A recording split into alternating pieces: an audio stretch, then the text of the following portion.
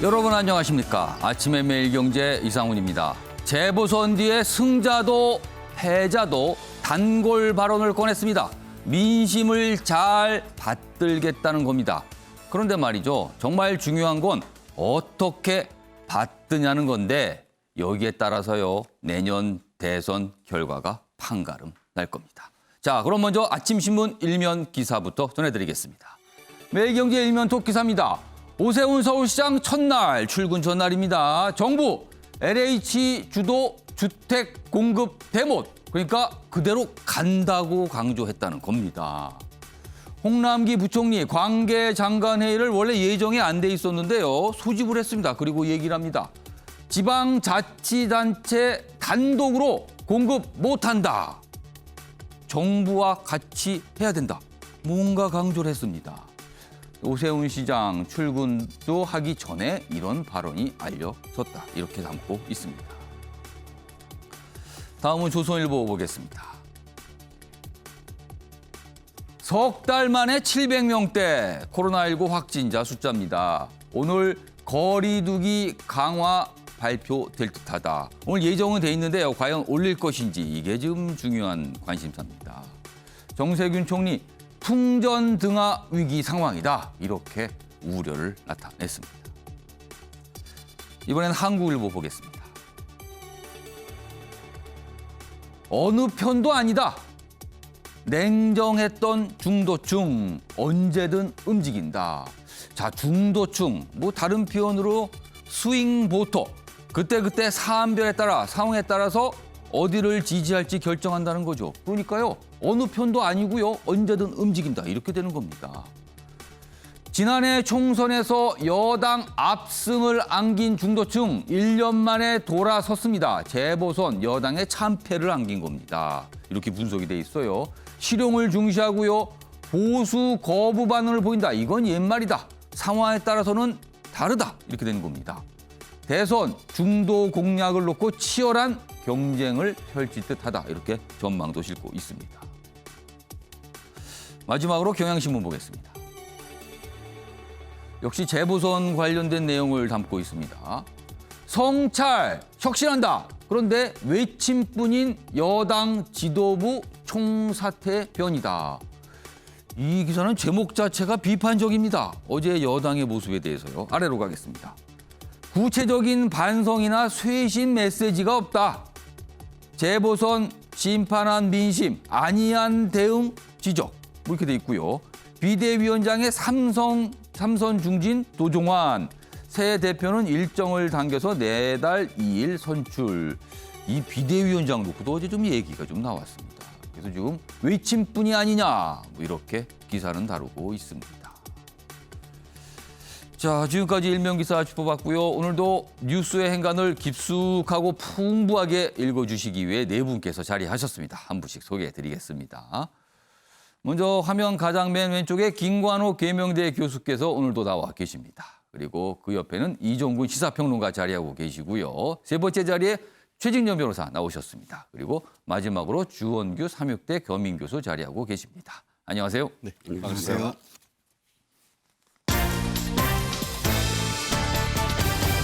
오늘 다룰 주요 이슈들을 네 가지 키워드로 정리했습니다. 아침을 여는 키워드입니다. 오늘도 재보선 이후죠. 이후 사항과 관련된 키워드가 많이 있습니다. 먼저 첫 번째 키워드 보겠습니다. 3년 전 경고입니다. 문재인 대통령이요, 3년 전에 지방선거가 끝난 뒤 뭔가를 얘기했는데 사실상 지금 상황에 대한 경고로 읽히는 얘기가 되돌아보니까 그렇게 읽히는 내용입니다. 그래서 3년 전 경고, 첫 번째 키워드고요. 두 번째 키워드는 1등의 고민입니다. 1등이요. 여당 대선 주자 1등. 한번 떠오르시죠? 그러나 지금 고민 속에 빠졌다. 이런 기사가 오늘 나오고 있습니다. 세 번째 키워드는 착각 말라. 재보선에서 승리한 제1야당 내에서 어제 이 얘기 참 많이 나왔습니다. 착각 말라. 당신들은 한 게 없다. 이런 얘기입니다, 지금요. 마지막 키워드는요. 770만 명입니다. 2분기에 아스트라제네카 백신을 맞기로 예정돼 있던 인원입니다. 그런데 이 백신 지금 뭔가 문제가 좀 발생했거든요. 그래서 당국도 고민하고 있고요. 이 백신을 맞을 예정인 분들도 또 고민에 빠져 있는 상황입니다. 이 얘기 좀 다뤄보겠습니다. 자, 그럼 아침의 매일경제의 첫 번째 이슈는요. 재보선을 둘러싼 여야 정당 그리고 뭐 청와대 모습이라도 할 수 있습니다. 이런 내용 좀 다뤄보겠습니다. 첫 번째는 여권의 상황입니다. 그에 앞서서 이런 기사가 오늘 또 눈길을 잡았어요. 외신 보도죠. 우리나라 보도가 아니라 외국 언론, 미국 언론의 보도입니다. 여기 보면 NIT, 뉴욕타임스죠. 4.7, 우리나라의 4.7 재보선 보도에 등장한 내로남불입니다. 내로남불. 이게 어떻게 된 거예요? 알파벳으로 써 있으니까 무슨 영어 단어 같은데 그게 아닙니다. 여기 잘 보세요. 그냥 읽으면 됩니다. 내로남불 이런 표현을 써가면서 한국의 정치 상황을 설명했고요. 이 재보선의 의미가 무엇인지 이렇게 짚었습니다. 이렇게 관심을 좀 받았다는 거죠. 그리고 현 정부의 앞으로의 어떤 행보 이런 것도 좀 전망이 좀 들어있기도 합니다. 이런 내용이 좀 오늘 눈길을 좀 잡았어요. 자, 그럼요. 다음 기사는 어제 여당의 모습을 다루고 있습니다. 여당 친문 지도부 사퇴하고 친문 비대위다. 사퇴를 했는데 그리고 다시 들어섰는데 공통점은 친문이다. 이렇게 된 겁니다. 김태년 원내대표 겸 당대표 권한대행 어제 인전 사퇴를 했는데요. 결과에 책임지겠다. 그리고 비대위 체제 전환됐습니다. 8일짜리 비대위원장의 친문 도종환. 그러니까요. 이런 지적이 좀 나와요. 이게 인적 쇄신 이런 거보다는 임기응변 대책 아닙니까? 그리고 전당대회, 당대표를 뽑는 전당대회를 좀 당기고 그리고 다음 주에 원내대표를 새로 뽑고 뭐 이런 일정만 잡은 거 아닙니까? 뭐 이런 지적이 좀 나오고 있습니다. 그래서 제목이 이렇게 달려 있습니다. 자, 그럼요. 어제 여당 내에서 나온 여러 가지 목소리가 있었는데요. 확인해 보겠습니다. 이번 선거에 나타난 민심을 겸허히 수용합니다. 저희의 부족함으로 국민들께 큰 실망을 드렸습니다. 결과에 책임지겠습니다. 오늘 더불어민주당 지도부는 이번 선거 결과에 책임을 지고 전원 사퇴합니다. 철저하게 성찰하고 혁신하겠습니다. 국민들께서 됐다고 할 때까지 당 내부의 공정과 정의를 바로 세우겠습니다. 비상대책위원장으로 도종환 의원으로 결정하였습니다. 비대위원을 7명으로 구성하기로 의결하였습니다. 의원과 당원들과의 전면적인 소통 속에서 앞으로 저희 당이 반성해야 될 내용과 혁신해야 될 내용과 또 앞으로 견지해야 될 내용 이런 것들이 충분히 논의되고 결정될 것입니다. 자, 김광석 교수님. 네. 오늘 언론들이 전체적으로 보면은요, 뭐 성찰한다고 말만 한다. 뭔가 싱거운 성찰이다. 뭐 이런 평가를 좀 내놓고 있습니다. 그런데 좀 엄격히 좀 따져보면요. 재보선 선거 끝난 지 어제가 하루잖아요. 다음 날입니다. 현실적으로 뭘 할 수 있을까? 뭐 이런 생각도 좀 듭니다, 사실은요. 사실상 참패를 했기 때문에 예. 책임을 져야 했던 거죠. 책임을 져야 했기 때문에 사퇴한 것.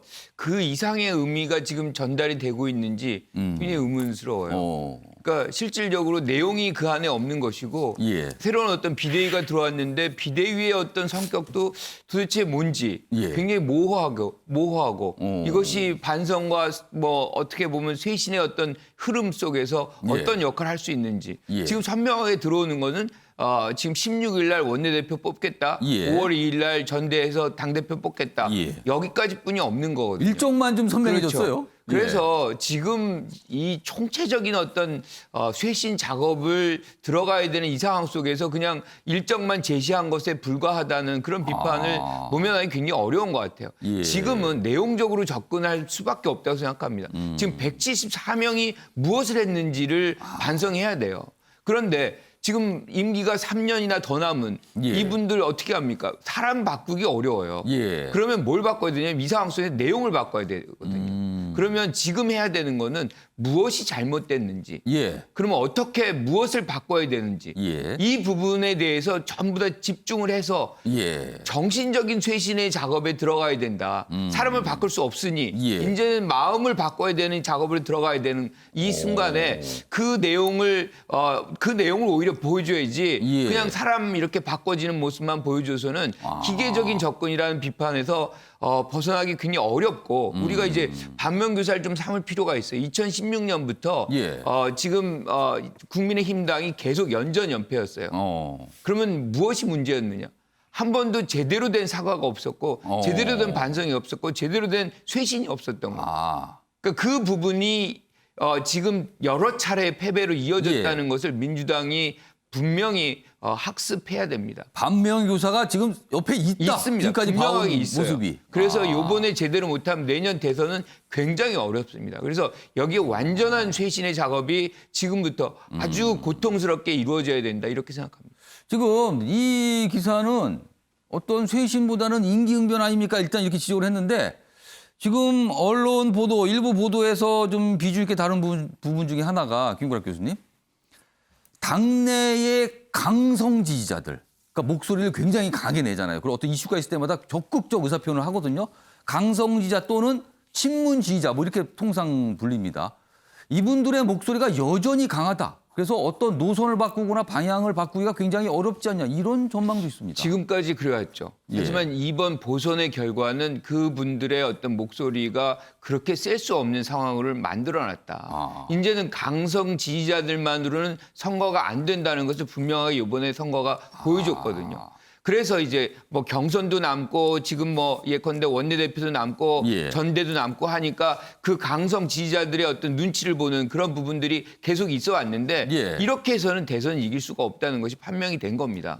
그러니 소신을 갖고서 국민을 지향하는 그런 정치를 해야 되는 것이 이제부터 민주당 지도부가 해야 되는 과제다. 저는 이렇게 생각합니다. 앞선 일명 기사 때도 사실 중도층, 이른바 스윙보터 얘기를 했잖아요. 거기를 잡지 못하면 대선 정말 힘들어진다. 뭐 이런 분석이 있었거든요. 다음 기사는 구체적인 일정이 제시된 원내대표 경선 그리고 전당대회를 통한 당대표 경선 그 얘기가 좀 있습니다. 다음 보겠습니다. 참패 수습 혼란의 여당이다. 비대위 체제로 내달 2일 조기 전당대회를 연다. 전당대회라는 거는요. 당대표를 뽑는 행사를 말합니다. 여기 보겠습니다. 여기도 또 얘기가 나왔네요. 사퇴를 했는데 친문으로 통하는 도종환 비대위원장이 됐다. 이 부분도 일단 뭔가 지적이 들어간 것 같아요, 이게요. 그리고요, 다음 주 16일 원내대표를 선출을 할 예정인데 지금 거론되는 이름이 윤호중, 김경협, 뭐 안규백 등등 이런 이름이 벌써 나옵니다. 그런데 이와 관련해서 여기도 또 친문 색깔이 짙은 거 아니냐 또 이런 얘기예요. 그리고 내달 2일 전당대회가 열립니다. 그런데 이 전당대회도 3명의 이름이 거론되거든요. 송영길, 우원식, 홍영표. 역시 굉장히 좀 강성, 친문성의 발언을 하신 분들이 아니냐. 뭐 이런 얘기가 있어요, 지금요. 여기 보겠습니다. 싸늘한 유권자 민심 돌리려면 부동산 그리고 검찰개혁, 재검토 뭐 해야 된다는 지적도 있다. 이게 이제 노선 어떤 그 방향 설정과 관련된 부분이죠, 또 여기는. 자, 이런 상황입니다, 지금. 일정도 자세히 나와 있습니다. 자, 이런 가운데 어제 민주당 내부에서 목소리가 하나 있었습니다. 조응천 의원입니다.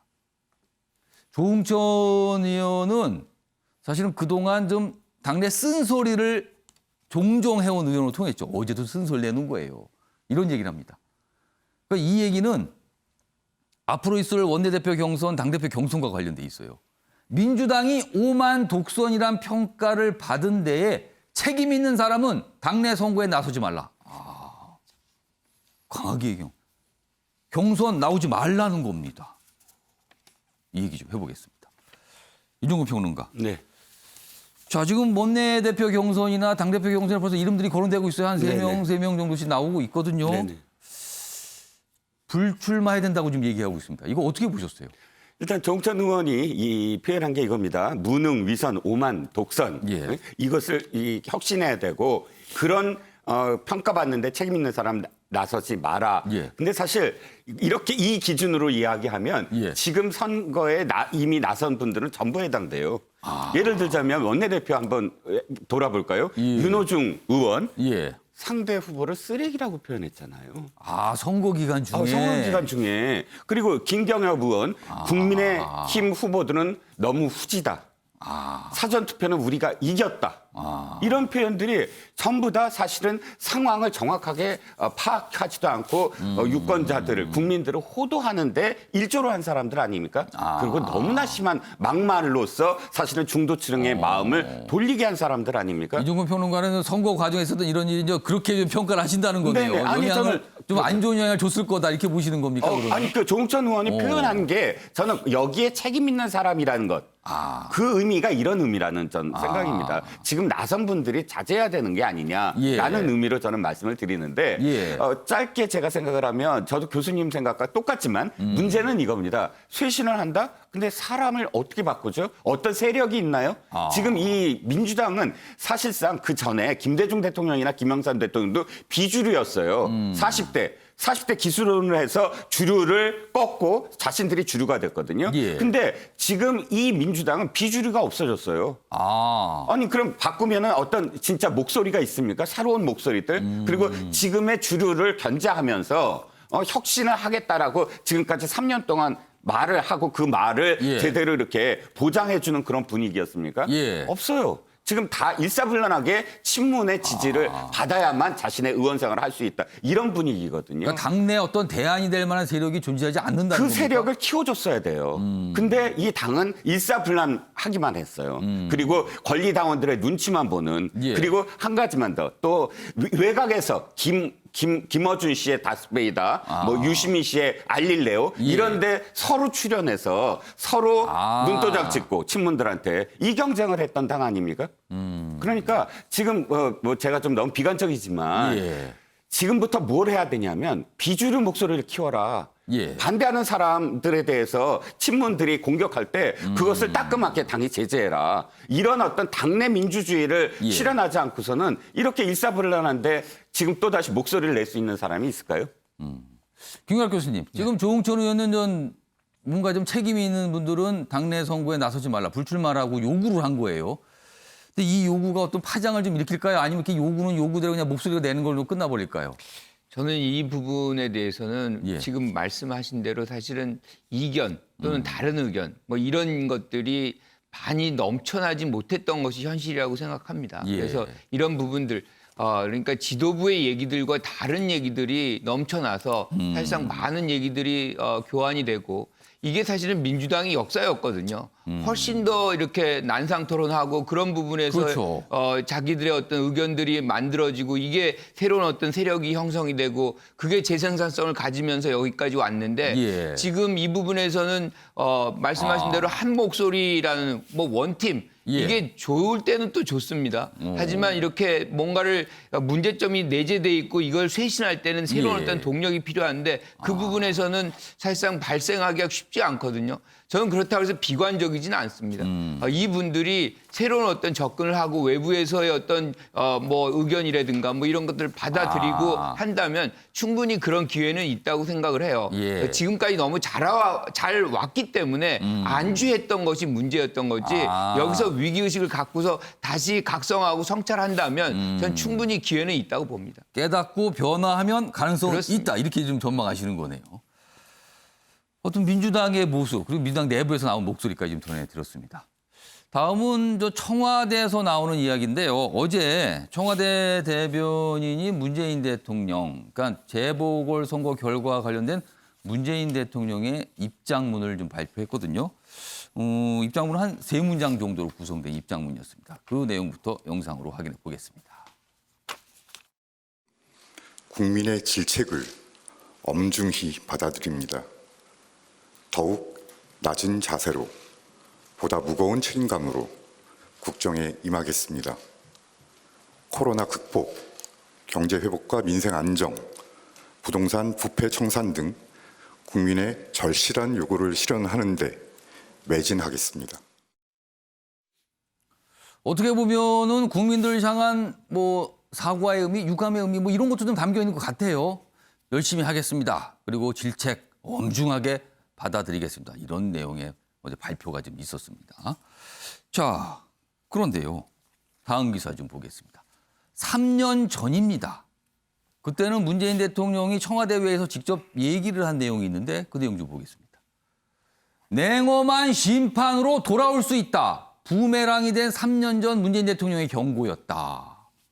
그럼 이게 실현이 된 건가? 뭐 기사는 이런 거예요, 지금 방향이. 2018년 지방선거 압승 뒤에 두려운 민심을 언급했어요. 두려운 민심. 절실한 국민의 요구 따라 뭐 정책 기조 바꿀 듯하다. 뭐 이렇게 돼 있습니다. 여기 보면 앞부분에 당시 발언이 소개가 돼 있는데요. 이 내용을요. 영상으로 직접 보겠습니다. 지난번에 우리가 받았던 높은 그 지지는 한편으로는 굉장히 두려운 일입니다. 그냥 우리 어깨가 많이 무거워졌다는 정도의 그러니까 두려움이 아니라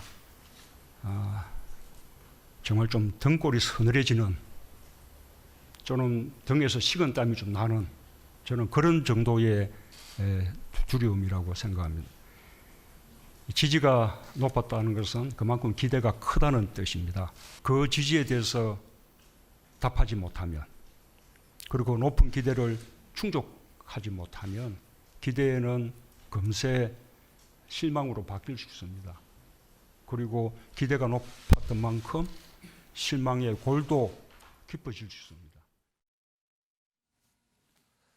자, 주원규 교수님. 네네. 기대에 부응하지 못하면 그 실망이 엄청나게 다가올 수 있다. 이런 거를 3년 전에 벌써 얘기를 했어요. 어떻게 경고할 수 있습니다.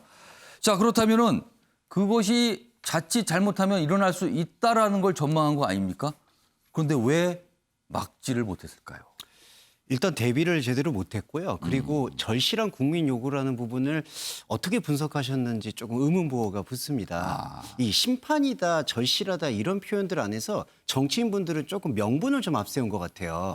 우리가 잘 못했다라는 내용을 뭔가 대단한 것을 쇄신하지 못했다라고 생각하는데 예. 저는 여당은 철저히 쇄신을 하든 인적 쇄신이 필요하지만 청와대와 행정부의 역할은 조금 달라야 된다고 생각합니다. 안정에 좀 기조를 줘야 된다고 생각해요.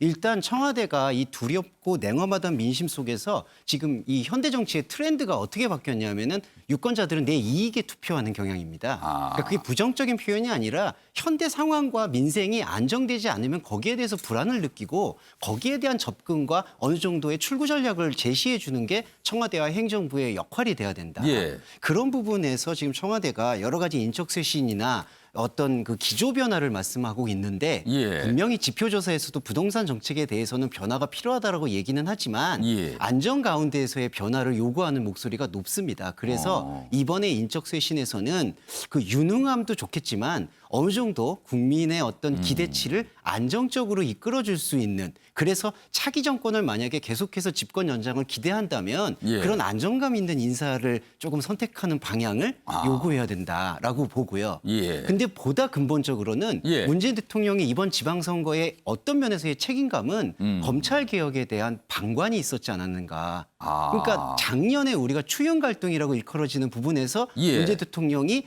결과론적으로는 뒷짐짓는 경향을 보이셨거든요. 오. 그러므로 인해서 국민들의 피로감이 극도로 쌓였고 거기에 부동산 정책이 맞물렸기 때문에 예. 지방선거의 실패로 돌아왔기 때문에 예. 문재인 대통령이 이 부분에 대해서는 책임을 면피하시기는 어렵다. 그렇다면 이 돌파구는 어디에 있을까?